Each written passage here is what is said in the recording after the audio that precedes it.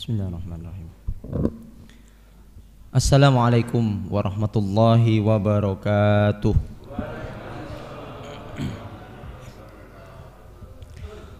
Innal hamdalillah nahmaduhu wa nasta'inuhu wa nastaghfiruh wa na'udzu billahi min shururi anfusina wa min sayyiati a'malina. May yahdihillahu fala mudilla lahu wa may yudlil fala hadiya lahu. Asyhadu an la ilaha illallah wahdahu la syarika lahu wa asyhadu anna Muhammadan abduhu wa nabiyyuhu wa rasuluh.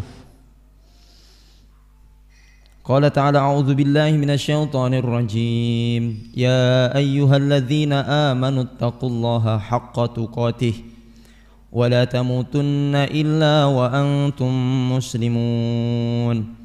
Wa qala Rasulullah sallallahu alaihi wasallam, majtama'a qaumun fi baitin min buyutillah yatluna fiha kitaballah thumma yatadarasuna fima bainahum illa nazalat bihimus sakinah wa ghasyiyat bihimur rahmah wa haffat bihimul malaikah wa dzakarahullahu fi man 'indah wa sadaqallahul azim wa sadaqa rasuluhul karim wa nahnu 'ala dzalika minasyahidin. Amin ya rabbal alamin. Bapak Ibu jamaah hadirin dan pemirsa yang dimuliakan Allah Subhanahu wa taala, kita bersyukur kepada Allah pada kesempatan pagi hari yang penuh dengan barokah ini. Kita masih kembali diberikan kesempatan untuk melakukan ketaatan kepada Allah, mengawali hari ini dengan ketaatan kepada Allah. Maka insya Allah apabila hari ini kita awali dengan ketaatan, maka di pertengahan hari dan di akhir hari ini kita akan selalu dilindungi oleh Allah dan selalu dijaga dalam ketaatan. Janji Allah melalui lisan Rasulullah kepada orang-orang yang rajin untuk hadir ke majelis ilmu di rumah-rumah Allah Subhanahu wa taala. Sering kita sampaikan bahwa orang-orang yang datang ke rumah-rumah Allah, kemudian dibacakan di dalamnya ayat-ayat Allah, kemudian dikaji ayat-ayat Allah di dalamnya, Allah berikan kepadanya 4 keistimewaan. Yang pertama adalah Allah turunkan untuknya ketenangan hati, sakinah, sakinah, sakinah. Jadi rumusnya orang yang ngaji itu hatinya tenang. Ini sudah rumus ini. Orang yang beriman kepada Allah dengan ngaji, dengan datang ke rumah-rumah Allah, datang ke masjid, kemudian mendengarkan Al-Quran dibacakan, kemudian disampaikan keterangan-keterangannya, summa yatadarasuna fima bainahum, bermudarasah di antara mereka, maka Allah akan turunkan ketenangan hati. Kunci kebahagiaan itu adalah ketenangan. Orang itu dikatakan bahagia kalau hatinya tenang. Tidak mungkin dia bahagia kalau hatinya tidak tenang. Jenengan yang hari ini bahagia berarti hatinya tenang. Jenengan yang hatinya hari ini tidak tenang berarti tidak bahagia. Oleh karena itu salah satu cara untuk meraih ketenangan hati adalah hadir ke majelis ilmu. Yang kedua, Allah akan wa ghasyiyat bihimur rahmah. Allah akan liputi untuk orang-orang yang hadir ke majelis ilmu itu rahmat. Rahmat itu bisa berarti ampunan. Orang-orang yang hadir ke majelis ilmu akan mendapatkan ampunan dari Allah, karena malaikat pada saat ini sedang beristighfar memohonkan ampun untuk Allah, untuk dosa-dosa kita kepada Allah Subhanahu wa taala. Istighfar yang paling manjur itu istighfarnya malaikat. Karena malaikat itu la ya'sunallaha ma amarahum wa yaf'aluna ma yu'marun. Malaikat itu tidak pernah bermaksiat kepada Allah. Makanya doanya mustajab, apalagi istighfarnya. Maka beruntunglah orang-orang yang diistighfari oleh malaikat. Artinya dimohonkan ampun dosa-dosanya kepada Allah Subhanahu wa taala. Kemudian wahafat bihimul malaikah. Setiap datang panjenengan, langkah jenengan dari rumah ke sini kemudian sampai rumah lagi, itu dijaga oleh malaikat. Dijaga dari setiap keburukan dengan izin Allah Subhanahu wa taala. Kemudian wa dzakarahullahu fiman 'indah. Nama orang-orang yang hadir di majelis ilmu ini dengan niatan lillahi ta'ala akan disebut-sebut oleh Allah Subhanahu wa ta'ala di hadapan penduduk langit. Betapa bangganya kita ketika nama kita disebut oleh Allah. Jangankan Allah yang nyebut, wong kita ini kalau disebut oleh siapa begitu, bangganya luar biasa. Disebut bupati, disebut oleh gubernur, nama kita ini luar biasa bahagianya. Apalagi disebut oleh Allah Subhanahu wa taala. Oleh karena itu mungkin manfaat dari hadir ke majelis ilmu seperti ini belum kita rasakan sekarang, tetapi yakinlah bahwa dengan hadir di majelis ilmu seperti ini Allah akan berikan kepada kita kebaikan-kebaikan di dunia dan akhirat. Amin ya rabbal alamin. Baik. Alhamdulillah hadirin, pandemi ini sudah semakin berkurang, artinya sudah menunjukkan tanda-tanda akan segera pamit, insyaallah. Tetapi sekali lagi jangan lengah, tetap kita menerapkan protokol kesehatan.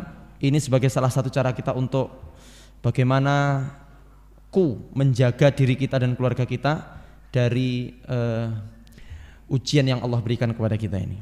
Kita berdoa sekali lagi semoga Allah segera mengangkat wabah COVID-19 ini dari muka bumi ini dengan segera, sehingga kemudian kita bisa melaksanakan segala aktivitas kita yang positif ya dengan lancar, dengan baik, dan insya Allah kita akan menjadi orang-orang yang selalu diberikan taufik oleh Allah, kemudahan-kemudahan, dan pada akhirnya bahagia dunia dan akhirat. Amin ya rabbal alamin.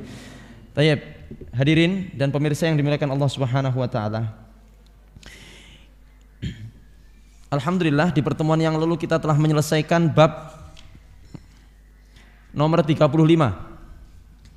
dengan judul Babu ma jaa fi dhahiki Rasulillah sallallahu alaihi wasallam. Bab tertawanya Nabi sallallahu alaihi wasallam. Lumayan panjang, bab tertawa ini lumayan panjang. Bagaimana ketika Rasulullah SAW tertawa sampai terlihat gigi gerahamnya. Berarti memang Rasulullah itu adalah pribadi yang tidak mahal senyuman, tetapi Rasulullah ini adalah murah senyum. Bahkan dikatakan oleh sahabat Jabir bahwa aku tidak pernah melihat Rasulullah ketika aku Islam kecuali beliau melihatku dalam keadaan tersenyum. Jadi Rasul ini ketika melihat sahabat selalu dalam kondisi tersenyum, hadirin, selalu dalam kondisi tersenyum. Masya Allah. Maka kalau kita menghendaki sebagai umat Nabi Muhammad SAW, maka kita ikuti sunnah Rasul, mulai dari yang paling ringan yaitu untuk membiasakan apa? Senyum. Senyumlah. Nah, Al-Bab An-Nimrah As-Sadis wa Thalathin. Bab nomor 36. Qala mu'allif rahimahullahu ta'ala Al-Imam Abu Isa At-Tirmidzi rahimahullahu rahmatan wasi'atan wa nafa'ana Allahu bihi bi'ulumihi fid daraini. Amin ya rabbal alamin. Berkata Abu Isa At-Tirmidzi dalam kitab Syama'ilun Nabi sallallahu alaihi wasallam di bab nomor 36. Babu ma jaa fi sifati mizahi Rasulillah sallallahu alaihi wasallam. Bab yang menerangkan tentang bercandanya Rasulullah sallallahu alaihi wasallam. Bercanda. Bukan hanya tertawa, bukan hanya tersenyum, tapi Rasulullah itu juga apa? Bercanda. Bercanda itu apa Bapak Ibu? Oh, guyon niku napa? Bercanda. Itu tasalsul. Jadi bercanda itu definisinya dituliskan oleh Syekh Abdul Razak dalam syarahnya itu adalah al-mizah awil muzah. Jadi dalam bahasa Arab bercanda itu atau guyon itu disebut dengan al-mizah, atau satu kali disebut dengan al-muzah. Al-mizah atau al-muzah. Huwa al-mulatafah wal mu'anasah wal muda'abah. Jadi bercanda itu diartikan oleh Syekh Abdul Razak yang menerangkan, yang mensyarah buku Syama'il ini ada 3 Pak. 1, bercanda itu adalah al-mulatafah. Al-mulatafah itu artinya berlembut-lembut. Apa? Berlembut artinya mboten kasar, berlembut-lembut. Napa berlembut-lembut? Kalem-kalem. Napa malih?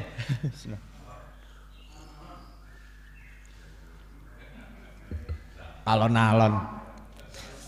Pokoknya berlembut-lembut, Pak. Ya lembut. Halus. Halus-halusan niku jenenge bercanda. Yang kedua, wal mu'anasah. Jadi mulatofah itu berlembut-lembut. Wal mu'anasah. Mu'anasah niku bisa artinya menghibur, bisa artinya keakraban, keintiman, itu mu'anasah itu.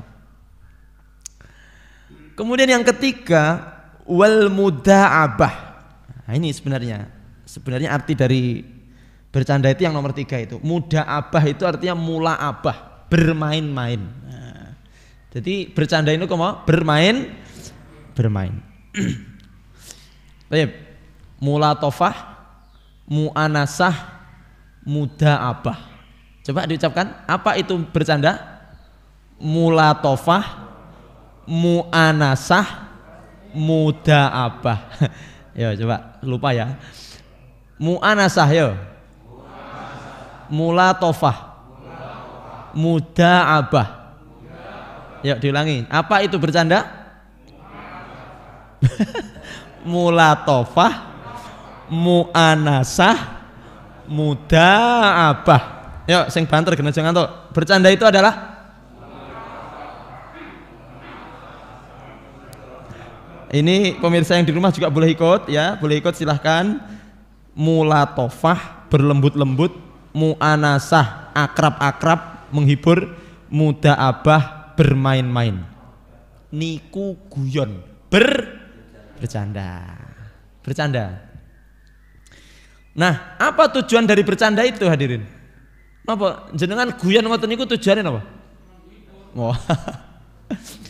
Ben aja stres ya, Pak. Kalau dalam pengajian ada guyon itu tujuannya ustadznya apa? Terutama ngaji waktu subuh begini, ya Allah. Ngaji waktu subuh begini kalau sepuwaneng kewaku ngoten alah turu kabeh ya siapa. Baik. Tujuannya adalah kata Syekh Abdul Razak, idkhalus sururi 'alan nufusi wa ziyadatul ulfati wal mahabbati wa nahwa dzalika minal ma'anil 'azimah. Apa tujuan dari bercanda itu? Harus diingat ini, tujuan guyon niku napa? Yang jelas bukan untuk menyakiti orang. Kok sampai guyon nglarani atine wong itu bukan guyon. Pernah guyon kayak nglarani atine wong. Hati-hati. Apa guyon itu? Bercanda itu tujuannya adalah idkhalus surur. Memasukkan kebahagiaan ke dalam hati lawan bicara. Jadi nggawe seneng. Idkhalus surur nggawe senenge wong. Membuat bahagia orang lain itu bercanda, guyon biar dia ketawa. Nggih, dadi ade guyon niku gen sing dijadi lawan bicara itu guyu. Bahagia, monggo alhamdulillah. Nggih, monggo Pak Anwar. Jadi idkhalus surur, guyon itu artinya memasukkan kebahagiaan, menjadikan orang lain bahagia, senang, ya. Yang pertama itu. Yang kedua, waziyadatul ulfah, menambah keakraban. Ngapunten, orang itu kalau sik tas setok ngono ya orang ngomong blas atau ngomong saya ya ndak akrab. Biasanya keakraban itu akan terjadi kalau ya diselingi guyon. Wong kae penak ya nyapa? Ya wonge supel, sering guyon. Jadi menambah keakraban. Beda dua sahabat yang ada guyon-guyonnya dengan yang sing formal. Niku beda. Akrabe ya beda. Menambah keakraban. Wal mahabbah, menambah kecintaan. Makanya suami istri kalau pengen, bapak-bapak kalau pengen dicintai istri, nah sering, ya enggak sering ya, guyon-guyono karo ibu. Ada suami itu yang formal banget. Biasanya ini adalah poro yai dengan istrinya. Ngono iki karena muridnya dulu, santrinya. Akhirnya berdemen banget gitu loh, lek cara Jawa niku formal banget. Jadi istrinya masuk, nyun sewu. Dadi manggil suaminya panggah yai. Nyun sewu yai. Ngersakne ngunjukno apa? Ndak ada bercanda-bercandanya sama sekali. Nah, sing yayanya karena merasa jadi gurunya juga menjaga wibawa. Wah, saya kalau bercanda dengan istri saya ini bisa turun wibawa saya ini. Akhirnya yo formal begitu, Pak. Tenang aja, tenang. Walaupun dulu istri itu adalah murid jenengan, karena sekarang sudah jadi istri, ya bercanda-bercanda. Ya kadang-kadang kentutlah di depannya gitu. Loh, ini kan guyon toh. Maaf. Kalau pasangan kita Bu, kok mohon maaf ini, kentut di hadapan jenengan niku guyon niku. Mboten kok ingin menyakiti, enggak, guyon. Biar suasana itu menjadi menjadi bagaimana begitu kan?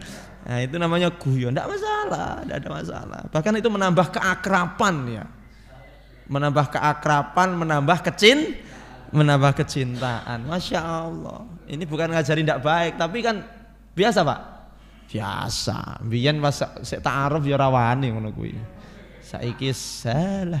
Sekarang ini jadi termasuk keharmonisan dalam rumah tangga itu bisa terjaga dengan adanya mizah, dengan adanya candaan-candaan gitu. Dengan adanya candaan-candaan. Suami-suami biasanya rumah tangga yang sakinah, yang langgeng kekal itu adalah yang suaminya ini punya selera humor. Jadi suami punya selera humor, itu istri itu akan akan nyaman gitu di samping suami itu. Dagel. Jadi arep pegel kira sido Mbah Toha. Jadi arep pegel kira sido, Pak. Suami pulang terlambat, wayahe pulang jam 4 sore, pulangnya jam 9 malam. Ngono ki arep disambut dengan kemarahan, tapi gara-gara guyon terus rasido gitu loh. Jadi Masya Allah. Insya Allah itu termasuk dalam rangka untuk menambah kecintaan antara suami istri, antara seorang teman dengan teman yang lain, dan sebagainya. Nah, Bapak Ibu hadirin yang dimuliakan Allah dan pemirsa Narasi Dakwah dimanapun Anda berada yang dimuliakan Allah Subhanahu Wa Taala. Jadi tujuan daripada bercanda itu yang pertama adalah menjadikan orang lain bahagia, kemudian menambah keakraban, kemudian menambah kecintaan. Pertanyaannya, apakah Nabi Shallallahu Alaihi Wasallam juga bercanda? Walihada karena Nabi Shallallahu Alaihi Wasallam yudaibu ashabah, dan Rasulullah pun juga bercanda, juga bermain-main dengan sahabat-sahabatnya. Wa yumazihuhum biqadril hajah, beliau bercanda sesuai dengan kebutuhan. Tetapi wala yaqulu ila haqqan, nanti diterangkan dalam hadis bahwa bercandanya Nabi itu selalu dalam koridor-koridor kebenaran. Dalam artian meskipun bercanda, tetapi Rasulullah tidak pernah berdusta. Tidak pernah berdusta. Dalam riwayat yang lain dikatakan, hadirin, kana Nabi sallallahu alaihi wasallam yamzah wala yastahzi wala yaskhar. Bercandanya Nabi itu adalah la yastahzi, tidak mengolok-olok. Jadi Rasul niku lek guyon, kalau bercanda tidak mengolok-olok, tidak menghina, tidak wala yaskhar, tidak menghina. Kan sering kita melihat sekarang itu orang guyon bercanda itu karo mengolok-olok, menghina lawan bicaranya. Dan ini kita sering dapatkan di tayangan-tayangan televisi Bapak Ibu, acara-acara lawak, acara-acara show komedi itu, stand up komedi, itu kita lihat sering para komedian itu mereka bercanda membuat orang tertawa dengan mengolok-olok. Namanya lawannya itu pendek, disebut cebol, kemudian dan sebagainya, naudzubillah min dzalik. Jadi Rasulullah SAW bercanda tapi tidak mengolok-olok dan tidak menghina. Bapak Ibu hadirin dan jamaah yang dimuliakan Allah Subhanahu wa taala. Kenapa kemudian Rasulullah SAW bercanda? Kenapa kok Rasulullah itu bercanda? Jangan dibayangkan bahwa Nabi itu selalu serius. Enggak, Nabi itu juga bercanda. Nabi itu juga bercanda. Karena begini Bapak Ibu, Rasul itu Shallallahu Alaihi Wasallam, jenengan masih ingat nggih? Bagaimana ketika kita sampaikan kepada jenengan wajah Nabi, ganteng. Nabi niku gantengnya pol-polan Pak. Awake dhewe niki ora enek apa-apa nih. Ganteng. Sinten malih Nabi ingkang ganteng? Nabi Yusuf. Jangan membandingkan gantengnya Nabi dengan ganteng Nabi Muhammad dengan Nabi Yusuf. Jangan membandingkan. Napa bedane gantengnya Nabi Muhammad kalih Nabi Yusuf alaihi wassalatu wassalam? Podo-podo gantengnya, tapi ada bedanya. Dalam napa bedane ganteng kula kalih gantengnya Pak Toha? Pak Toha ganteng pada masanya. Lek kula sik rodok ganteng nggih. Lumayan nggih jan. Sik enom masalah. Baik. Rasulullah itu ganteng, Pak. Nabi Yusuf juga ganteng. Tapi apa bedanya gantengnya Nabi Muhammad dengan Nabi Yusuf? Gantengnya Nabi Yusuf niku yuftanu. Yuftin wa yuftan. Gantengnya Nabi Yusuf niku bisa menipu, bisa menjadikan orang itu tertipu, terpedaya, Pak. Jadi ganteng tapi nyun sewu ndak terfilter ngoten. Jadi ganteng ini mboten terfilter, Pak. Sehingga apa yang terjadi? Sehingga kita melihat ketika orang-orang perempuan yang ada di Mesir itu dikumpulkan oleh Imro'atu Aziz, oleh istri Aziz, melihat wajahnya Nabi Yusuf, disiapi ladeng niku lho, sing diketok niku drijine dhewe-dhewe, Pak.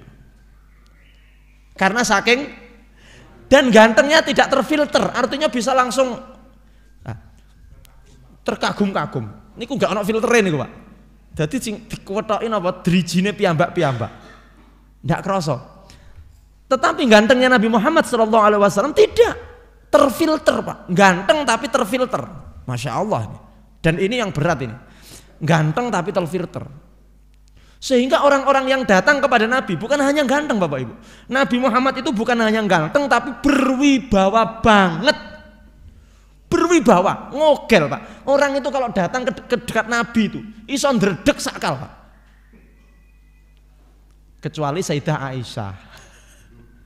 Makanya disampaikan ya. Ngapunten. Sahabat niku kalau dekat dengan Nabi, niku iso-iso bingung, Pak, grogi, Pak. Enggak bisa. Pertama sudah menyiapkan pertanyaan yang panjang, di dekat Nabi langsung hilang, Pak. Saking berwibawanya Nabi. Loh kok kecuali Sayyidah Aisyah? Karena nanti ada cerita-cerita Sayyidah Aisyah niku luar biasa ya. Jadi pernah satu ketika Bapak Ibu diriwayatkan itu, ini cerita nih, riwayat. Pada satu ketika Sayyidah Aisyah ini kan belajar masak nggih. Belajar masak, Pak. Belajar masak ditunggu oleh Nabi. Nah, ketika beliau masih belajar masak itu, karena mohon maaf, Sayyidatuna Aisyah radhiyallahu taala anha itu ketika menjadi istrinya Nabi itu masih muda banget, Bapak Ibu. Jadi semuanya masih serba belajar masak ya sik belajaran. Beda dengan istri-istri yang lain, istri-istri yang lain sudah matang semuanya, sudah usia-usia matang, ada yang usia 30, 40. Sementara Sayyidah Aisyah ini masih tahap belajaran karena masih muda. Ketika Rasulullah meninggal kan usianya masih sekitar 18 tahun atau 20 tahun itu, Sayyidah Aisyah itu. Nah, ketika Sayyidah Aisyah sedang belajar masak, Bapak Ibu hadirin, itu tahu-tahu tiba utusan dari Ummu Salamah mengantarkan masakan kesukaan Nabi, Nabi. Jadi ujuk-ujuk muncul kurir yang dikirim oleh Ummu Salamah untuk mengirimkan masakan dari Ummu Salamah kepada Nabi SAW. Jangan ditanya, ini sudah senior banget itu, chef, sudah senior yang namanya Ummu Salamah, sudah pernah menikah, sudah pernah punya anak, kemudian menikah dengan Rasulullah SAW. Masak jelas enak. Masakane perawan kalih masakane rondo enak pundi? Ya iyalah. Perawan ra tau masak, ra tau ngewangi masak, ya sik tahtu kunak-kunik piye iki carane masak. Makanya saya pesan kepada perawan-perawan, para akhwat, belajarlah masak. Karena salah satu kunci kebahagiaan dalam rumah tangga itu adalah dengan pinternya seorang istri masak. Betul, Pak? Bapak-bapak ini tidak rajin marung kalau istrinya pinter.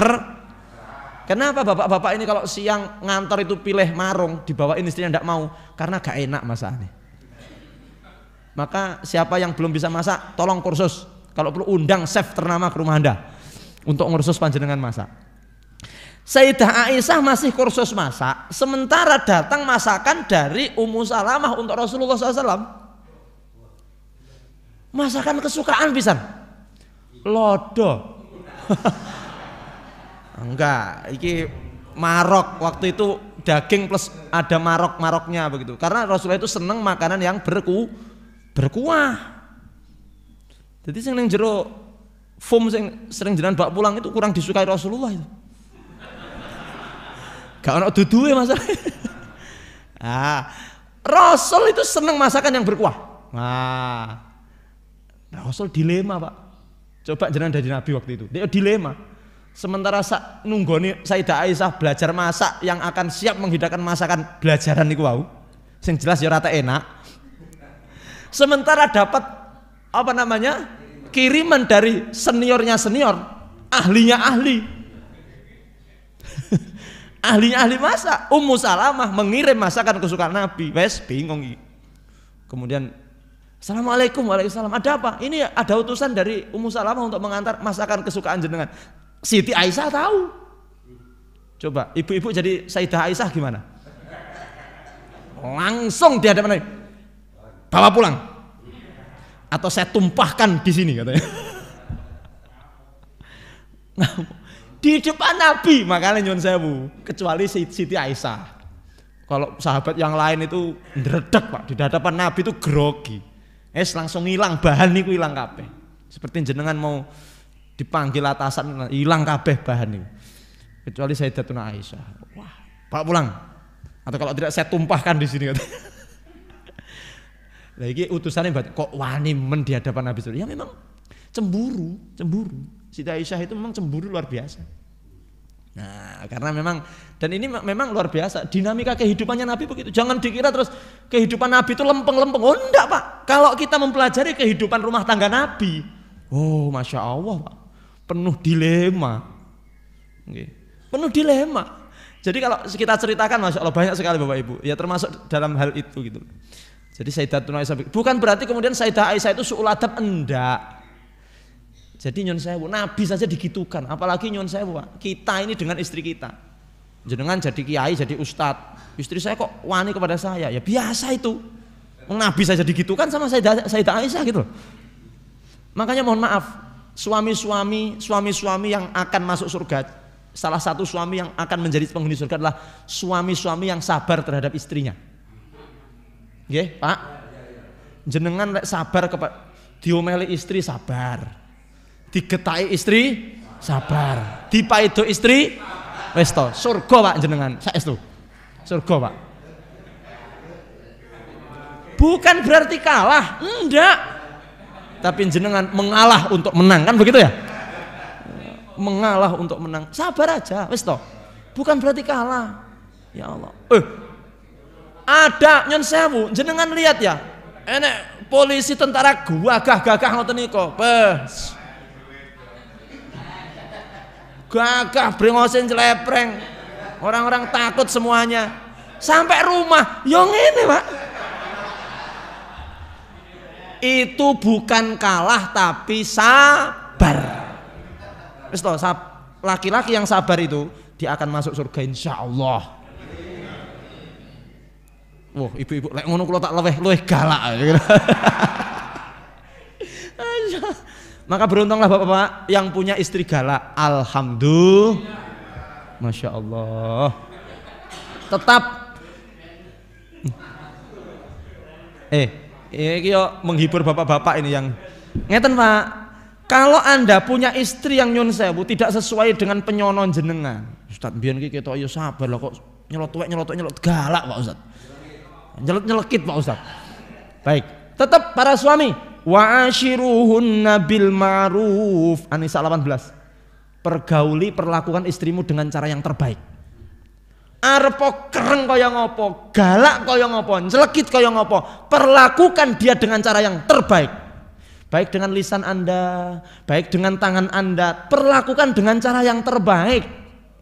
Fa'asa an takrahu syai'an wa yaj'alallahu fihi khairan katsira.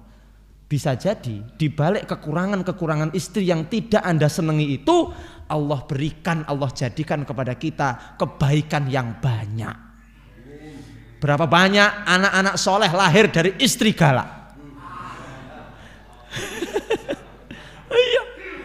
Belum tentu istrinya manut, solihah terus anaknya. Oh, belum tentu. Ustadz, istri saya itu galak raumum Pak Ustadz. Tapi alhamdulillah anak saya itu anak-anak yang luar biasa Pak. Soleh, solihah. Untung dia bojo galak kalau ngoten nih. Makanya syukuri aja, syukuri Pak. Sabari, syukuri. Alhamdulillah. Jenengan kalau punya istri yang tidak galak Pak, tidak ada latihan kesabaran. Tapi kalau istri jenengan tukang ngambek, tukang muring-muring, berarti Anda sedang diuji kesabaran kita. Innallaha wasabirin, dalilnya mangga enek.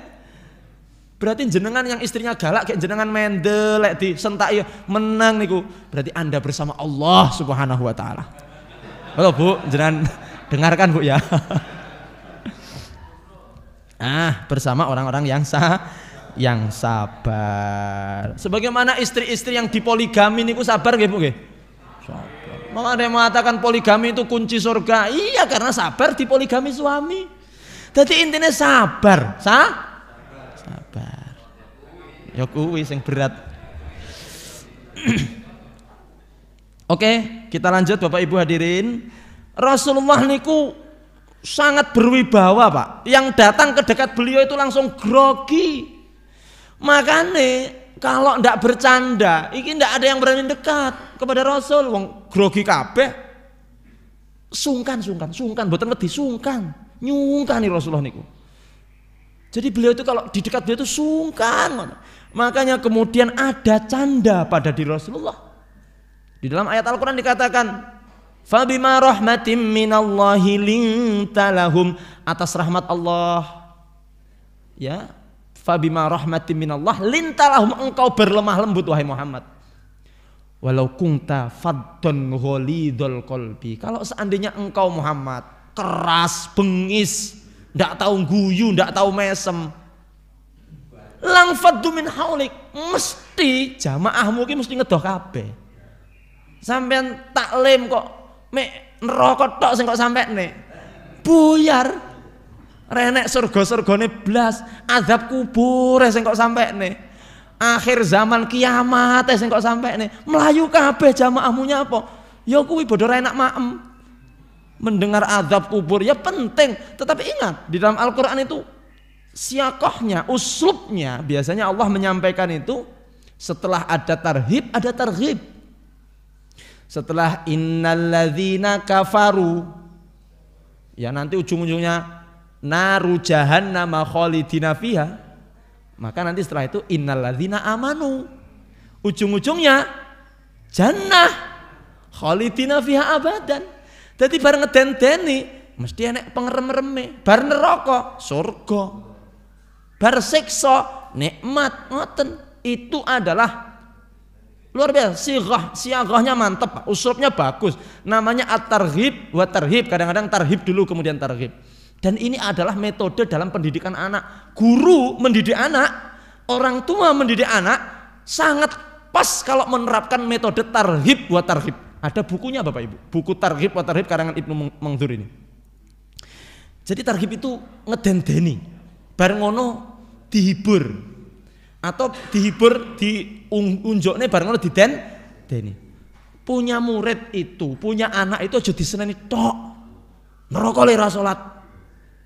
Sampai lek ra salat neraka. Sampai ra sekolah neraka, angel uripmu besok. Mek ngono tok, bahaya ini. Engko sing dieling-eling anak-anak iki mek neraka, Pak. Maka bar diseneni. Kalau dia bersalah, kita ingatkan. Tapi kalau dia kemudian berbuat kebaikan, bisa berbuat prestasi, kita berikan reward. Jadi punishment and reward itu penting. Orang mek diseneni tok, tapi ya diseneni kemudian satu ketika kita juga angkat dia. Niku targhib namanya. Dan jangan mek diunjukne tok wis le nyarah, njaluk apa nyarah le. Njaluk motor tukokne, njaluk HP tukokne. Semua disarah. Bahaya juga ini, Pak. Atau diseneni tok, ini tidak baik juga untuk psikolog, untuk psikologi anak, kejiwaan anak. Jadi harus imbang. Satu ketika diseneni, dinasihati, satu ketika diberikan penghargaan. Ini adalah metode Al-Quran yang sangat-sangat luar biasa di dalam pendidikan. Di dalam pendidikan. Makanya kemudian ada, tidak tahu mungkin sudah pernah ada ya tulisan yang metode efektivitas metode tarhib wa tarhib dalam pendidikan. Itu mungkin juga bagus untuk dijadikan karya ilmiah dan tulisan. Baik. Jadi Rasulullah SAW itu kenapa bercanda? Supaya umatnya tidak menjauh, Pak. Supaya para sahabat tidak menjauh. Ya. Nah, hadirin yang dimuliakan Allah Subhanahu Wa Taala dan pemirsa, Bercanda itu di dalam pembicaraan itu ibaratnya garam dalam masakan. Guyon kuwi kaya uyah. Jenengan ibu-ibu ini kalau masak sayur sak kenceng, niku uyahe pinten sendok? Baik, kathah napa sekedhik? Pirang sendok? 5 sendok.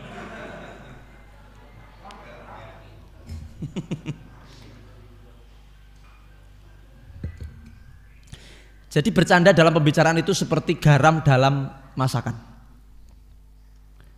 Kita memberi garam dalam masakan itu sedikit atau banyak? Sedikit atau banyak?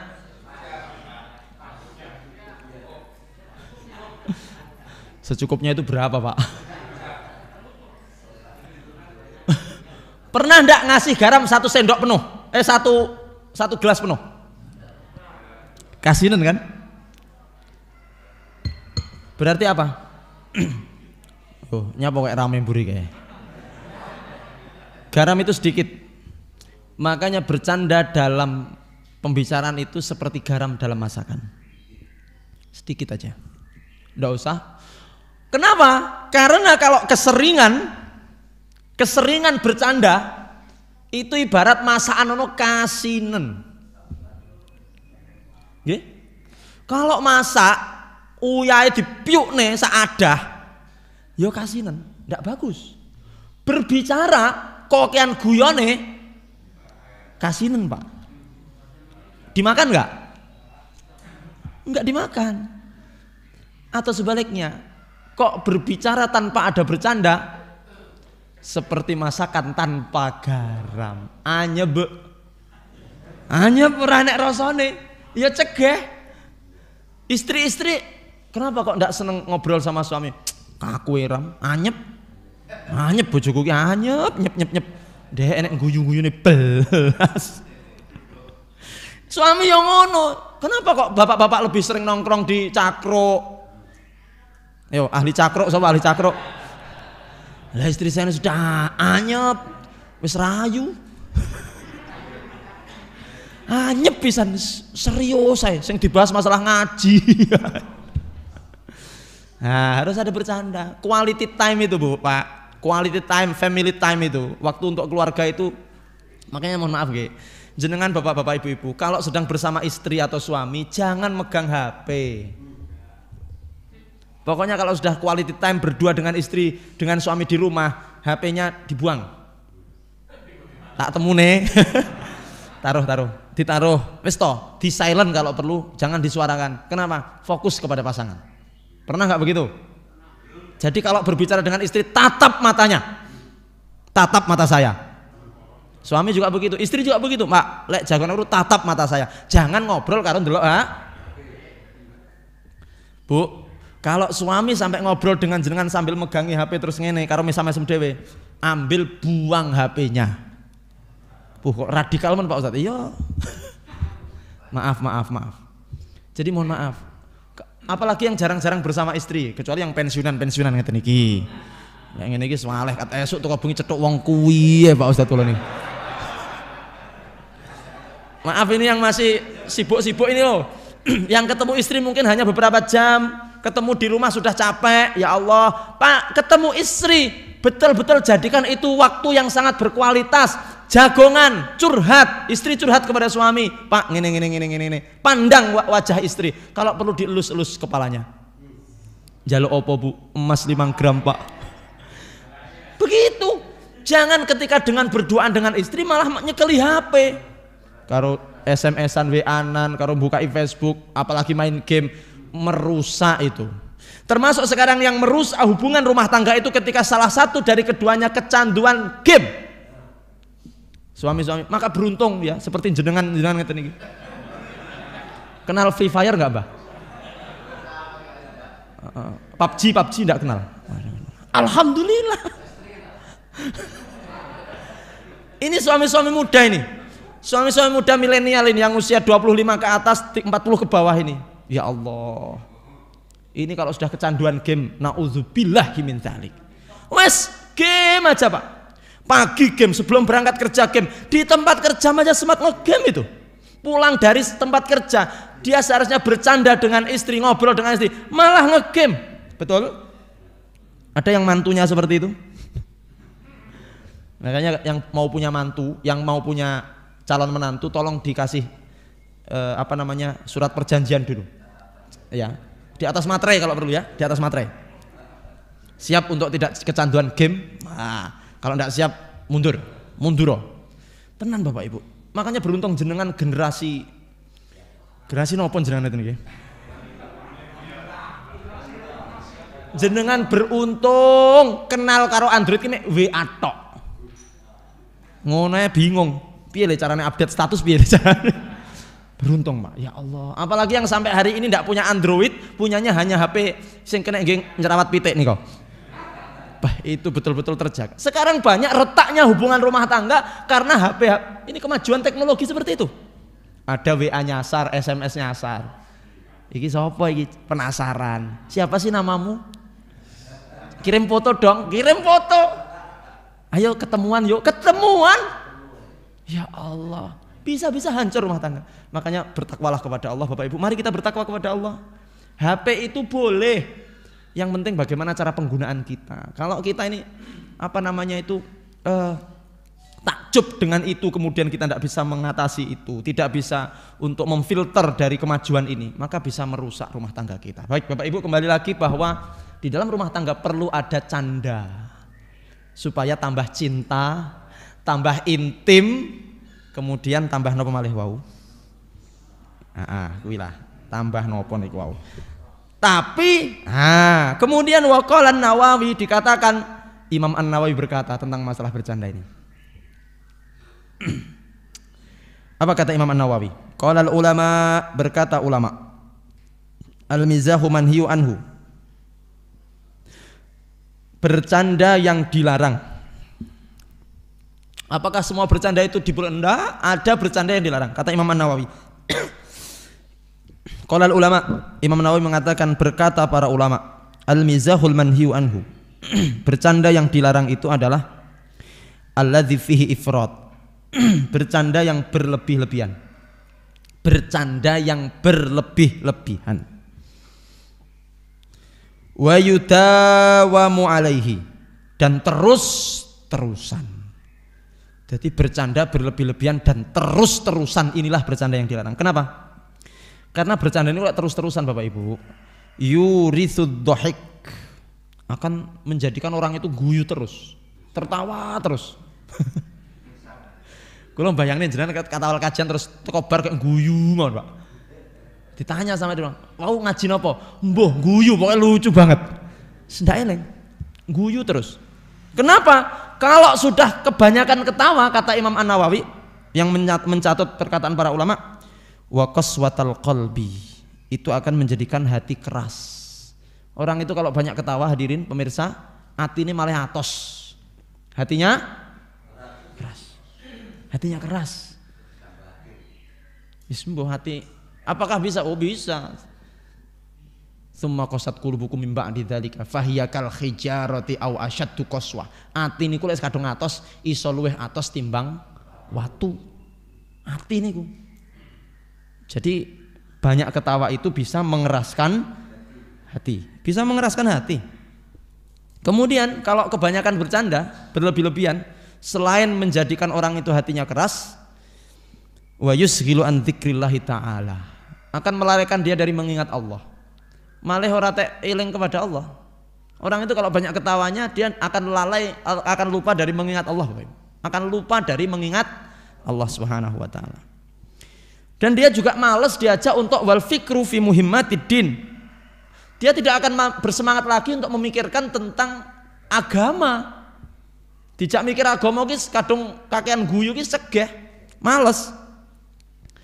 Wa yu'awwalu fi katsirin minal awqati lal idza, bisa-bisa dengan canda itu malah menyakiti orang. Wa yuwarrisul ahqad, bisa menjadikan dia iri dengki. Wa yuskitul mahabbah wal wiqar, dan ini orang itu kalau banyak bercanda bisa menjatuhkan wibawa. Orang itu kalau bercanda bisa menjatuhkan wibawa. Suami-suami, boleh Anda bercanda dengan istri, tapi jangan terus-terusan.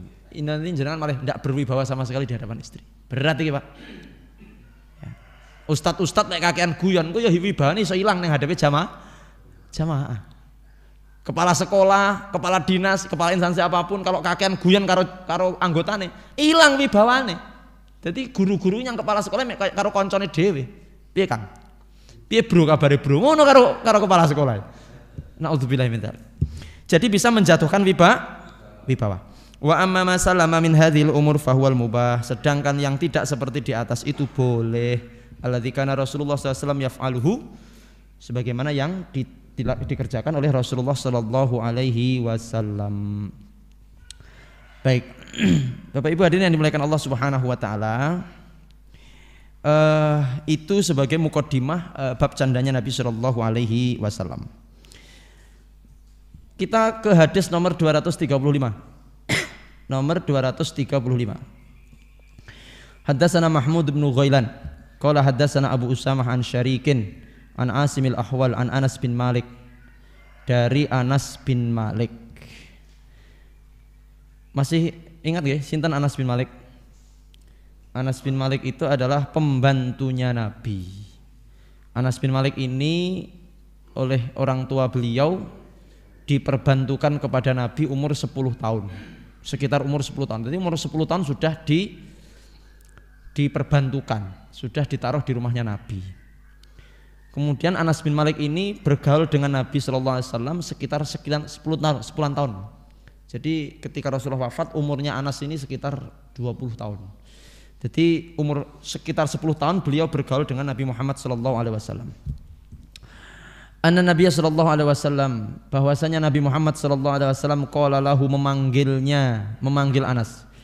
Adalah Nabi Muhammad sallallahu alaihi wasallam memanggil Anas, ya dzal udzunaini. Jadi Rasulullah satu ketika memanggil Anas dengan ya dzal udzunaini. Hei yang bertelinga dua.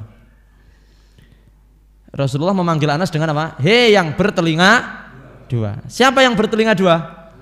Anas. Telinganya berapa? Dua. Maksudnya guyon, Pak. Ini membahas fisik, Pak. Rasulullah SAW menyebutkan fisiknya Anas. Hei yang bertelinga dua. Ini guyon tapi menyebut Apa boleh kita guyon dengan menyebut fisik? Kalau yang kita sebut adalah hak, benar, boleh. Dan itu kebaikan. Contoh, hidungnya mancung. Hei yang berhidung mancung. Hei merongos ya. Niku iso nglarani atine. Sing apik-apik, Pak. Hei yang berhidung mancung.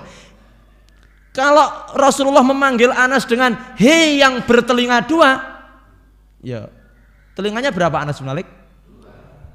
Itu yang pertama. Yang kedua, bisa jadi Rasulullah memanggil Anas dengan yang bertelinga dua itu karena memang Anas ini termasuk sahabat yang paling tanggap, yang paling sigap, Pak. Di antara sahabat-sahabat yang lain yang paling tanggap niku Anas bin Malik. Jadi selama bersama Nabi sekitar 10 tahun ini, Rasulullah itu tidak pernah melarang dan memerintah Anas. Jadi sekitar 10 tahun bersama dengan Nabi, Nabi Muhammad itu tidak pernah merintah Anas, tidak pernah melarang Anas. Kenapa? Sebelum diperintah sudah melakukan, sebelum dilarang sudah menjauhi. Itulah Anas bin Malik, Pak. Luar biasa. Makanya saking sigap dan tanggapnya, Rasulullah memanggil dia dengan candaannya, ya dzal udzunain, wahai yang bertelinga. Masya Allah. Ya bermata dua. Maksudnya apa, Bu? Maksudnya matanya itu jeli banget, apalagi melihat akhwat yang cantik. Wah, Masya Allah, ini teliti banget Pak Ustadz itu. Itu kalau sudah memeriksa laporan keuangan, memeriksa LPJ, satu titik, satu digit, satu koma saja kelihatan sama dia. Makanya saya sebut dia, hei yang bermata dua. Tidak pernah ketresut, Pak. Jadi kursi satu pun tidak pernah ketresut, Pak. Pokoknya tidak pernah lewat.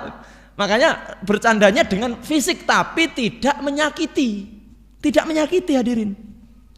Boleh kita bercanda dengan teman kita menyebut fisiknya, tapi dengan syarat bukan aib.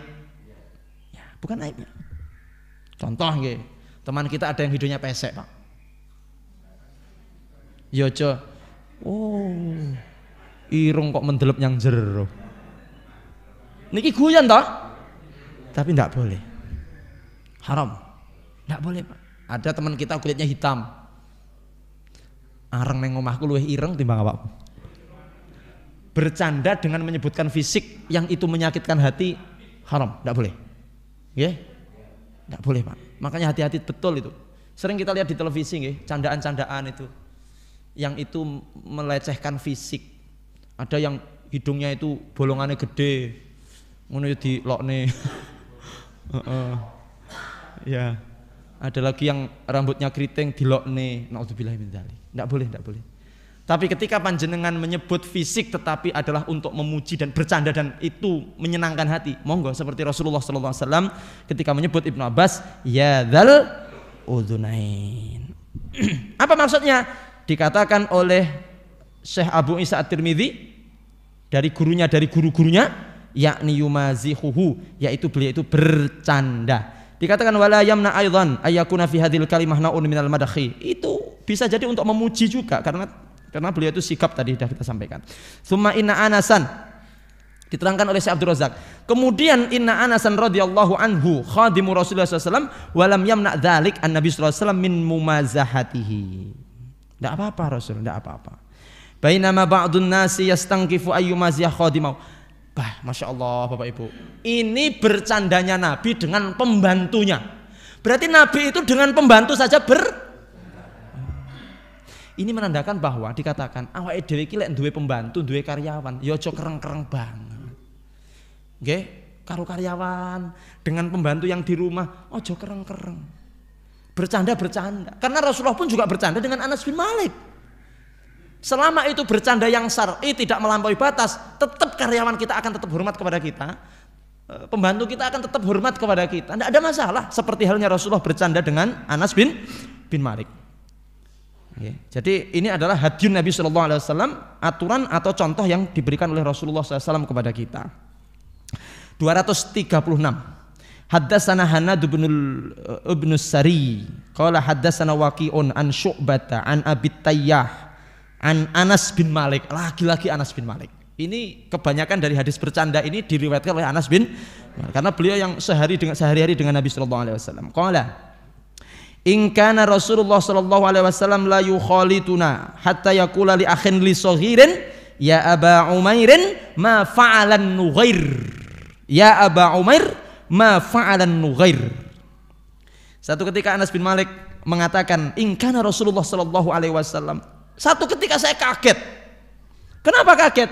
Rasulullah sallallahu alaihi wasallam la yukhalituna, malah mendekati kami para pembantu-pembantunya. Waktu itu Anas dengan adiknya. Adik dari ibu, berarti adik tiri. Adik sama ibu, adik tiri ya, dengan adik tirinya yang bernama Kabsyah.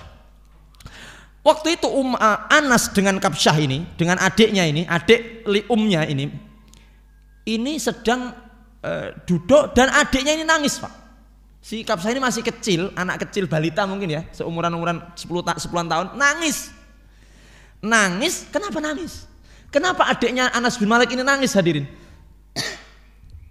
Karena Kabsyah ini, adiknya Anas bin Malik ini bermain-main burung, Pak. Dolanan apa? Burung cilik. Main-main manuk. Stop, ini manuk tenanan niki, nggih. Niki tenanan niki, burung kecil, manuk empret. Manuk pipit niku napa lek bahasa ngriki? Ya iku empret kuwi. Manuk empret tapi cucuknya itu rodok berwarna kemerah-merahan gitu, Pak. Duka niku empret napa niku nggih? Iya itu, empret jandil napa-napa niku. Sedang bermain itu, Pak. Lah pas dolanan manuk cilik niku, manuke mati. Lho maksudnya mati niku mboten kok ditutuki mboten. Enggak, ya tinggi dolanan ya. Anak kecil kan suka main-main dengan hewan-hewan ngoten niku. Putra-putri jenengan, putu jenengan kan seneng sama kucing, sama apa itu kan seneng itu. Ya. Kemudian manuk cilik niku, burung kecil itu mati, Pak.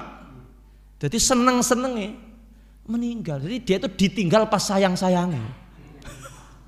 Pas lagi sayang-sayangnya sama manuk cilik niku terus ditinggal mati. Waduh, wes berat iki. Ditinggal mati. Tetapi mohon maaf, matinya burung itu bukan karena disakiti, enggak. Karena mungkin kecapean bermain dengan si kapsyah ini, akhirnya matilah dia.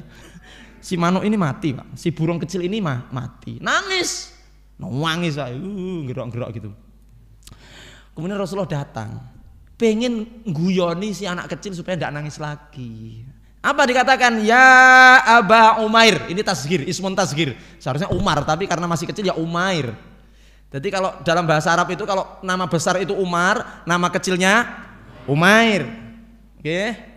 Nama besarnya itu Salim, nama kecilnya Sulaim. Kalau nama besarnya Paijo, nama kecilnya jenengan buat aja. Nah, itu namanya tasghir. Tasghir itu biasanya ya Suhaib, Syihab menjadi Suhaib, okay. Dan sebagainya. Ya. Di sini ada yang bisa ditasghirkan namanya, Pak. Ya. Jadi kalau nama Jawa tidak bisa ditasghir, yang bisa hanya nama-nama Arab. Baik. Ya Aba Umair, ma fa'al nuher, piye manukmu? Manukmu cilik emang nyapa saiki gitu loh. Diguyoni, Pak. Akhirnya dengan diguyoni seperti itu ketawa si anak kecil itu tidak jadi nangis. Lah pun mati loh Rasulullah ngoten. Jadi Rasulullah itu pura-pura tidak tahu. Hei Aba Umair, ma fa'alan nughair. Manuk sing kok nggih dolan emang saiki nyapo gitu loh. Sekarang sedang apa? Terus kemudian si Aba Umair ini si Kapsyah menjawab, sudah mati Rasulullah. Nah dari sini Bapak Ibu hadirin yang dimuliakan Allah, Rasulullah itu punya selera humor. Orang kemudian kok Yesus mati? Wah, urip noneh. Itu enggak. Rasulullah SAW itu punya selera canda. Nah, di sini kita bisa mendapatkan satu poin juga bahwa boleh kita ini bermain-main dengan hewan termasuk burung, Pak. Boleh. Pertanyaannya, Ustadz, boleh enggak Ustadz memelihara burung? Halo? Ada yang melihara burung di rumah? Bapak Ibu, kalau jenengan bertanya kepada burung itu, umpama loh, seumpama burung ini bisa ngomong, tanya sama burung itu, hei manuk, kamu punya dua pilihan, tak kurung atau tak lepas. Kira-kira dia jawabnya bagaimana? Lek burung perenjak jenengan, burung labet jenengan di rumah itu jenengan tanya, pilih tak kurung apa pilih tak col nih?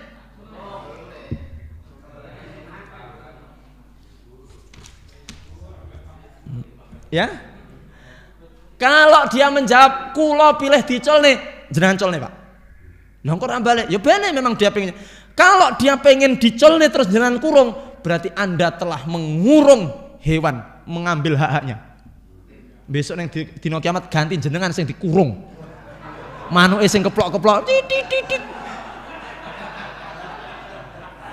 Loh.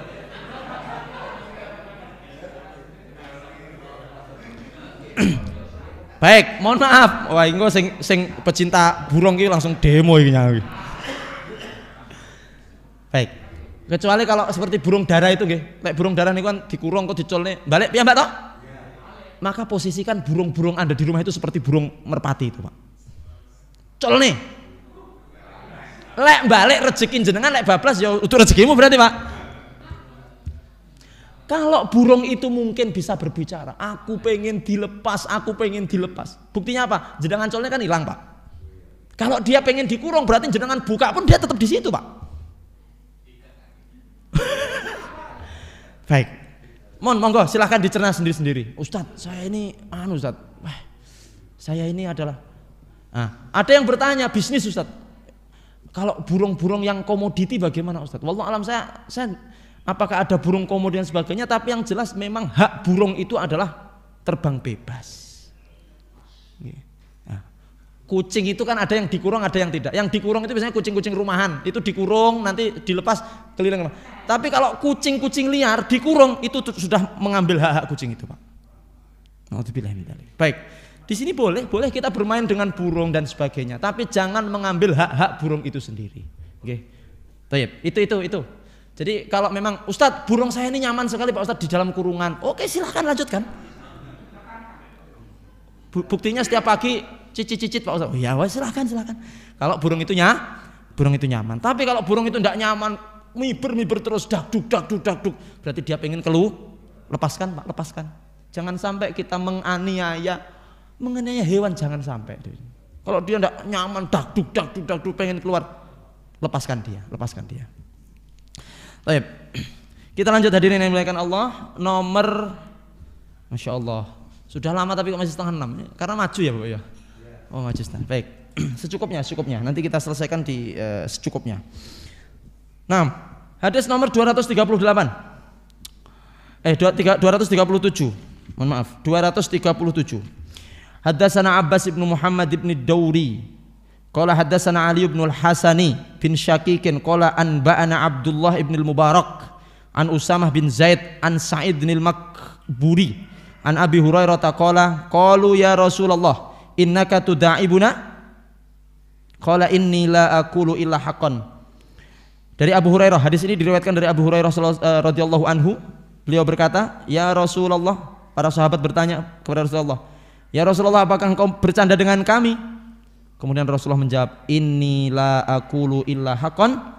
Aku bercanda dengan kalian, tetapi aku tidak mengatakan kecuali kebenaran. Artinya, candanya Nabi itu canda yang jujur. Candanya Nabi tidak pernah bohong. Bapak Ibu, hati-hati dari bercanda kemudian ngapusi, hati-hati. Jadi tidak boleh bercanda tetapi kemudian bohong, itu tidak boleh. Karena Rasulullah SAW, "Innila aqulu illa haqqan." Aku tidaklah berkata-kata, tidaklah bercanda kecuali dengan kebenaran, jujur. Haddatsana nomor 238. Haddatsana Qutaibah bin Sa'idin qala haddatsana Khalid bin Abdullah an Humaidin an Anas bin Malik, dari Anas bin Malik, anna rajulan istahmala Rasulullah sallallahu alaihi wasallam. Satu ketika ada seorang yang ingin dibonceng Nabi atau dinaikkan ke atas unta. Ya Rasulullah, tolong saya bonceng di atas unta, naikkan saya di atas unta. Faqala, kemudian Rasulullah mengatakan, "Inni hamiluka ala waladinaqah." Oke. Sampean arep tak tumpakne anake unta. Jadi dia ingin naik unta yang besar malah ditumpakne anak. Saya ingin naikkan kamu ke anak unta. Loh. Kemudian apa jawabnya si laki-laki? Ya Rasulullah, ma asna biwaladin naqah. Napa saged pedete unta ditumpakin yang meledet Rasulullah. Artinya Rasulullah bercanda dengan si laki-laki itu bahwa awakmu aja numpak iki tapi numpak anak unta. Jenengan iki guyon apa pripun to Rasul? Lah wong anak unta itu ngadeg mawon sik kangelan apa malah kula tumpaki. Bagaimana dia bisa? Apa kata Rasulullah SAW? Wahal talidul ibila illan nuq. Bukankah unta besar itu juga anaknya unta? Babone unta niku anake sinten? Ya kuwi lah. Dadi Rasulullah niku ngeprank, Pak. Numpak anak unta. Loh, kok kula numpak anak unta? Anak unta. Unta gedhi ku ya anake unta. Kados jenengan ini kan anak-anak nggih. Anak-anak tua. Jadi Rasulullah niku Masya Allah bercanda Pak. Wis kaget niku lho, mosok kula numpak anak unta, Rasul niki jan guyon mong. Ora guyon tenanan niki. Iki lho unta gedhi lho ya anake unta. Masya Allah. Baik, 239. Haddatsana Ishaq bin Mansur qala haddatsana Abdul Razzaq qala haddatsana Ma'mar an Sabit an Anas bin Malik anna rajulan min ahlil badiyah. Masya Allah. Ada seorang badui. Sinten badui? Badui niku wong desa, Pak. Wong galek. Yang Jakarta. Wong Jakarta iki kene wong galek wong desa, Pak. Wong galek kene wong tugu. Heeh. Ustaz Anang kalau main desa ndi mlebu. Jenengan lihat orang yang kampung-kampung desa, kok ndi kon desa. Orang Jakarta, orang Surabaya lihat orang Trenggalek, kok ndi kon desa. Makanya wong galek nggih kaya awake dhewe iki lek yang Jakarta kan dangak-dangak, Pak. Masya Allah. Gedung koyo ngene iki kayak piye lek ngecat tekan dhuwur iki. Nah, satu ketika datang seorang badui kepada Rasulullah sallallahu alaihi wasallam, kana ismuhu Zahiron. Namanya siapa? Zahir. Ada seorang badui namanya Zahir bin Harrab al-Asja'i. Jadi nama lengkapnya Zahir bin Harrab al-Asja'i. Zahir. Kalau di sini hanya Zahir saja.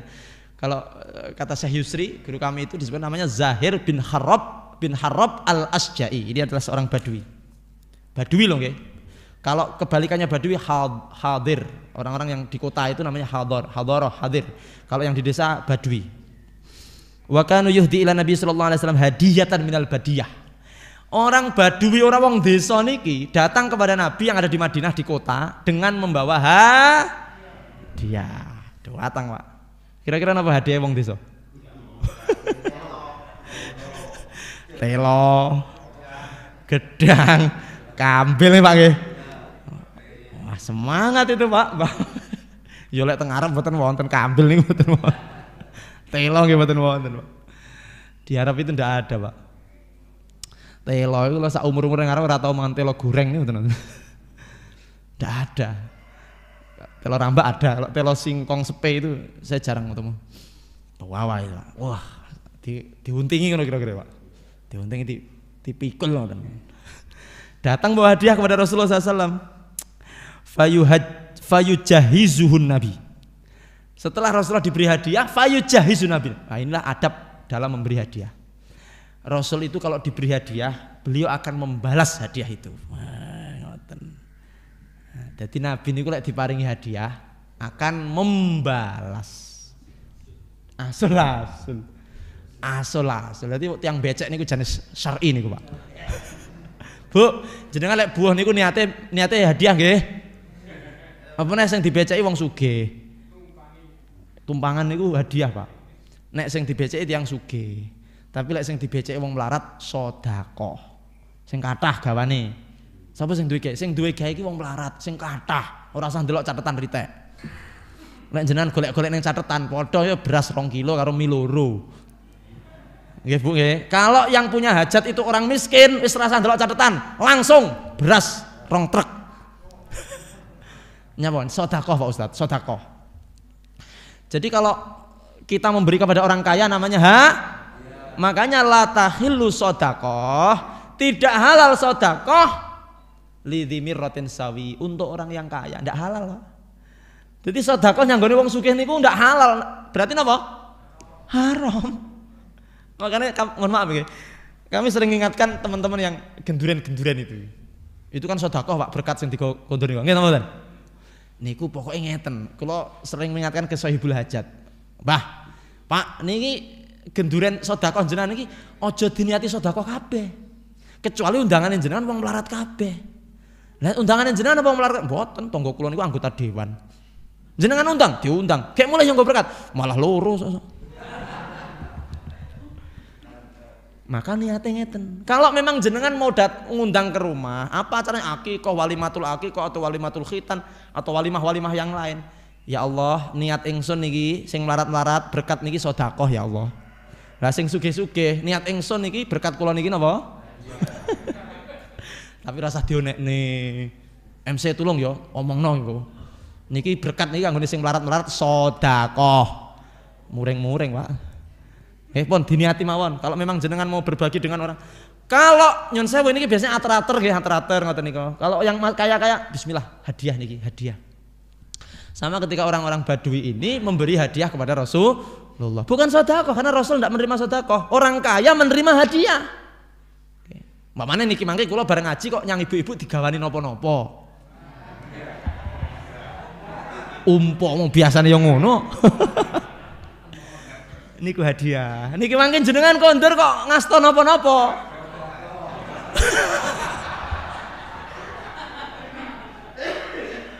Sing dawuh jenengan piyambak lho Pak nggih. Ini hadiah sedekah. Wis monggo jenengan tahu sendiri lah. Kalau niki sugih wis berarti tak anggap hadiah. Jangan tersinggung. Kadang-kadang aku ki wis sugih kok dinge sarapan. Aku ning omah yo duwe. Itu hadiah. Hadiah. Saya pernah Bapak Ibu Masya Allah. Nggih duka. Kalau niki sugih napa mboten sugih. Dipanggil ke puskesmas. Pak Anang datang ke puskesmas. Ternyata diberi bantuan susu. Mohon maaf ini Bapak anak panjenengan itu bobotnya di bawah standar. Aku ki ngerti alias kurang gizi, aku ngerti aja nih.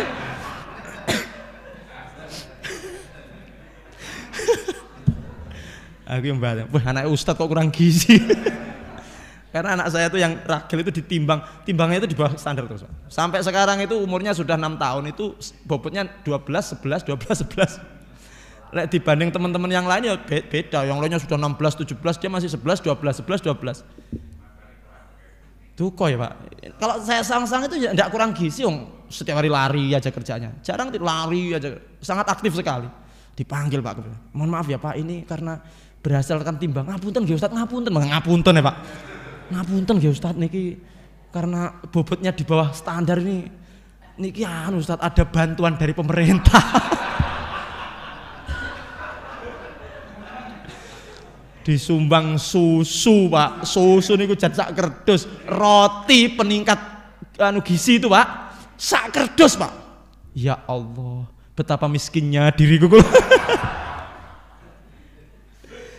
La haula wala quwata illa billah. Udah, saya terima. Wes iki bismillah. Lek memang aku sugih iki hadiah sangko. Tapi lek aku melarat memang ya iki sedekah pemerintahnya ngaku ya kula tampi kanthi ikhlas. Kanthi tangan terbuka ndak apa-apa.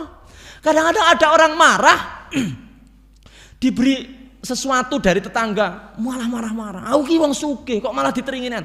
Ingat itu bukan sedekah tapi ini baru-baru ini Bapak Ibu juga ada tetangga yang sudah meninggal. Dia ingin bersodakoh, enggak tahu sodakoh. Setiap rumah itu dikasih amplop isinya 50 ribuan. Termasuk saya juga dapat Pak. Bismillah. Termasuk tetangga saya yang sugih itu juga dapat. Tapi itu bukan sodakoh. Bismillah itu bukan sodakoh tapi hadiah. Maka niatkan kepada orang lain yang memang itu kaya ya. Niatnya hadiah bukan sodakoh. 6. Rasulullah SAW fayujahizuhu. Rasulullah SAW membalas, siap untuk membalas hadiah itu. Dan ini adab Rasulullah. Kebiasaan Nabi kalau diberi hadiah membalas itu. Membalas hadiah becek, ya, sakmene dibalas dengan sego karon rung mateng. Ya piye lho Pak Ustad, lah wong treyo kantu Pak Ustad. Dayoe akeh wis. Nggih, mboten empun cuwo nggih, itu memang dzuruf itu kondisinya seperti itu. Idza arada yakhruj. Ketika si ahli badu itu mau keluar, faqala Nabi, inna zahiran badiyatuna wa nahnu hadiruhu. Apa yang dikatakan? Ketika si Zahir ini mau pulang, Rasulullah mengatakan, sesungguhnya Zahir ini wong desa, lan aku kata Rasulullah wong kutha. Bukan berarti kemudian membanggakan diri lo wong desa. Aku wong kutha, enggak. Tetapi ngeten loh, ini loh orang desa, kita orang kota. Antara orang desa dengan orang kota adalah simbiosis mutualisme. Wong kutha ki ora iso nyapa-nyapa lek renek wong desa. Wong desa ya ora seneng lek ora iso dalan mlaku-mlaku nyang kutha, tuku kulkas ning kutha, tuku kipas angin ning kutha, nginep hotel ya ning gone kutha. Makanya saling menguntungkan. Ini loh orang desa, ini loh orang nyanggone aku nggawa kambil, nggawa pitik, nggawa napa? Kala pendem, suwek. Telo. Lah saiki dari kota kami beri Pizza Hut. Ini lek cara sakniki hamburger. Sing renek-renek nang desa ngoten niku. Makanya saya kemarin 2 hari di Surabaya Bapak Ibu. Ketawa itu. Di Surabaya ada acara di hotel, salah satu hotel yang bintang 5 sampai tinggi sekali itu. Ngerti Surabaya ketok kon 2000. Itu teman-teman dari desa-desa itu pokoknya ada neng waktu makan Pak, kita makan yang tidak ada di rumah kita. Ndak makan nasi Pak, nyopo sego yo enek nang omahe dhewe. Ngambil makanan-makanan yang tidak dikenal-kenal itu Pak. Wah, itulah. Ya, itulah manfaatnya wong kutha teko wong desa teko nyang kutha. Sebagaimana orang kota datang ke desa, wah mesti seneng Pak. Neng sawah niku ra mulih-mulih. Klacen, koceh neng sawah sampai bludut kabeh. Ndak mulih-mulih kenapa? Neng kutha renek sing ngene iki. Makanya kata Rasulullah, hadza badiyatuna. Ini orang-orang desa dan kita orang kota. Terima kasih karena Anda sudah memberikan sesuatu yang tidak ada di kota, dan kami akan memberikan sesuatu kepadamu yang tidak ada di tempatmu. Ngoten. Makanya jenengan ki lek badhe memberi hadiah orang, cari hadiah itu yang memang tidak ada di tempat dia. Yang memang ojo kok kemudian yang datang bos duren dan jenengan gawani duren. Itu namanya tahsilul hasil. Ya, tahsil hasil itu yo pok ae ngoten lho Pak, pok ae. Baik, kita selesaikan, kita tutup. Masya Allah. Terima kasih. Ahlan wa sahlan kepada seluruh pemirsa Narasi Dakwah yang pada pagi hari ini ikut menyaksikan kajian. Semoga kita semuanya diberkahi Allah Subhanahu wa taala. Nah, bercandanya di mana ini? Wa kana rajulan damiman. Si Zahir ini adalah seorang yang damim. Diceritakan oleh perawi hadis bahwa Zahir ini rajulun damiman. Rajulan damiman itu adalah wajahnya jelek, Pak. Wajahnya apa? Jelek. Dalam bahasa Arab itu ada damim pakai dal itu fisik, Pak. Kalau pakai zal, zamim itu ke akhlak. Anta zamimun fil akhlak.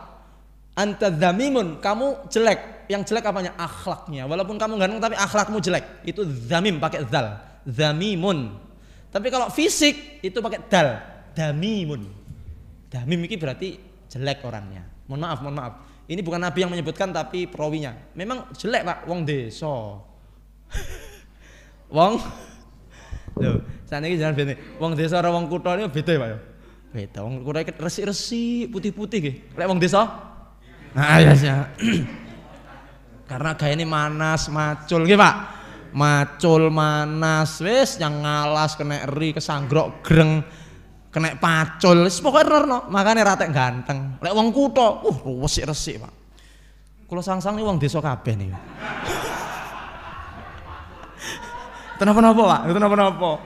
Nanti ada hadis, Masya Allah, hadis ini bisa menumbuhkan semangat kita wong desa-desa niki. Gak apa-apa aku ra resik kaya wong kutha, gak masalah, gak putih kaya wong kutha, ra apa-apa. Jadi Zahir ini damiman, elek, Pak. Jelek ini fisiknya. Fa'atahun Nabi sallallahu alaihi wasallam yauman. Satu ketika wes niki pun kondur. Satu ketika datanglah si Zahir ini ke pasar di kota, menjual sesuatu, menjual barang. Fahtadhanahu min khalfihi wa huwa la yubsiruhu. Ketika dia sedang sibuk menjual barang, tahu-tahu datang seseorang dirangkul komburi, Pak. Dipeluk dari belakang. Wes ra iso mengo. Pak. Si Zahir ini tidak bisa mengo, dipeluk dari belakang, dirangkul dari belakang. Wa huwa la yubsiru, tidak bisa melihat. Man hadza? Sopo iki sing rangkul aku? Arsilni, lepas. Aku iki sedang dodolan, sedang membeli sesuatu kok dirangkul dari belakang. Lepas, siapa ini?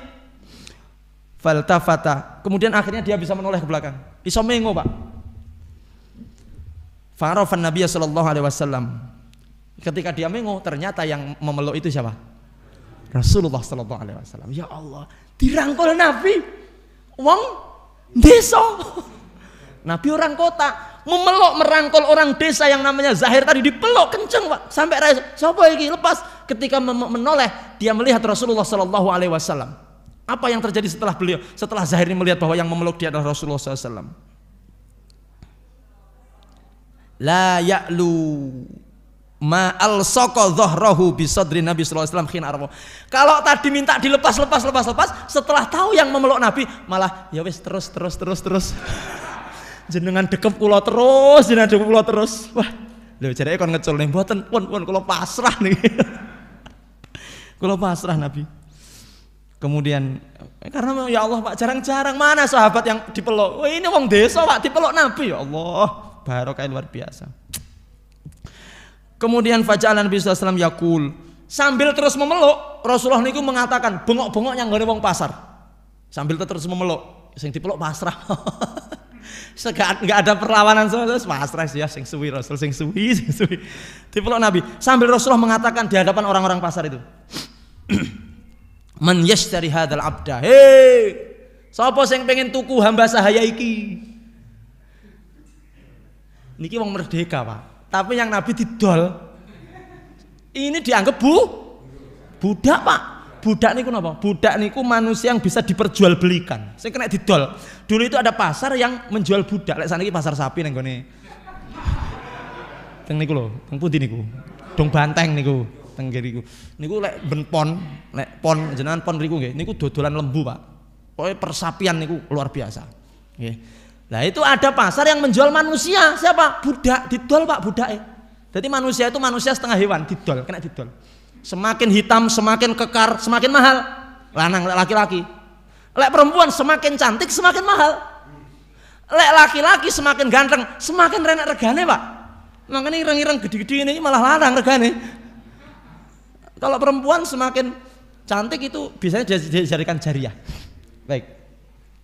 Nah, Rasulullah sambil terus merangkul Zahir mengatakan, ya siapa yang membeli ini budak ini? Padahal niku bukan budak kan? Woi, siapa yang ngarep tuku budak iki? Aku duwe budak, siapa yang mau beli? Kemudian apa kata Zahir sambil pasrah tadi di pelukan Rasulullah? Ya Rasulullah, wahai Rasulullah, si Zahir menjawab, ya Rasulullah, idzan wallahi tajiduni kasidan. Alah, mboten lek payu Rasul. Yang bilang gitu siapa? Zahir. Mboten lek jenengan mau bengak-bengok, mboten lek wonten sing numbas. Kenapa? Elek. Jenengan badhe bengak-bengok wis to. Jenengan bengak-bengok ya mboten lek wonten sing numbasnya apa? Wong kula niku elek kok. Sapa sing arep numbas kula? Elek kok. Manis tarahadal ab, sapa sing pengen tumbas kados kula ngeten iki? Faqala Rasulullah SAW terakhir, idzan wallahi tajiduni kasidan. Mesti jenengan bangkrut, ndak bakal ada yang membeli ya Rasul. Faqala Nabi sallallahu alaihi wasallam, maka Rasulullah bersabda, lakin indallahi lasta bikasidin. Rungokno Zahir. Apa mungkin senajan elek, orang ganteng, engkau mungkin di hadapan manusia tidak dihargai, tapi wallahi ya Zahir, indallahi lasta bikasid. Di hadapan Allah kamu bukan orang yang buruk. Artinya apa? Dikatakan dalam hadis, innallaha la yanzuru ila suwarikum wa amwalikum walakin yanzur ila qulubikum wa a'malikum. Yang dilihat dari kita itu bukan bentuk kita, ganteng apa orane, bukan harta kita sugih napa melarate, tapi yang dilihat Allah adalah ila qulubikum, hati-hati kita dan amal perbuatan kita. Pun toh, Pak, mboten tek ganteng mboten napa-napa nggih. Mboten napa-napa. Sing penting pun gadah, pun kagungan sedaya niki nggih. Alhamdulillah. Ndak apa-apa. Mungkin fisik kita biasa-biasa saja, tidak ganteng kayak artis-artis, tapi Allah tidak melihat itu. Allah yang dilihat Allah adalah hati dan maka jadikan hati kita hati yang bertakwa kepada Allah, perbuatan kita adalah perbuatan yang soleh. Bapak Ibu yang dimuliakan Allah Subhanahu Wa Taala, berakhir di hadis nomor 238. Insya Allah kita lanjutkan di pertemuan yang selanjutnya, tinggal satu hadis. Dan nanti di pertemuan di pertemuan yang selanjutnya akan kita lanjut ke bab nomor 37 dengan izin Allah Ta'ala. Dan semoga kita bisa mencontoh apa yang telah dicontohkan Nabi di dalam kitab Syama'il ini yang ditulis Imam At-Tirmidzi, sehingga kehidupan kita menjadi kehidupan yang bahagia, terarah, ya sesuai dengan tuntunan Rasulullah Sallallahu Alaihi Wasallam. Bapak Ibu yang dimuliakan Allah, sekali lagi kami sampaikan terima kasih yang sebesar-besarnya atas atensi panjenengan, kehadiran panjenengan di Masjid Al-Furqan ini. Alhamdulillah, meskipun pandemi telah berakhir, tapi jenengan tetap datang dengan protokol kesehatan, insya Allah aman. Dan kemudian kita sampaikan juga terima kasih kepada seluruh donatur, kepada seluruh panitia, teman-teman NDO yang telah merelakan waktu, meluangkan waktu dan kesempatannya untuk mensukseskan adanya pengajian pada kesempatan pagi hari ini. Dan kami ucapkan terima kasih kepada seluruh pemirsa dari Sabang sampai Merauke yang insya Allah selalu diberkahi Allah Subhanahu Wa Taala.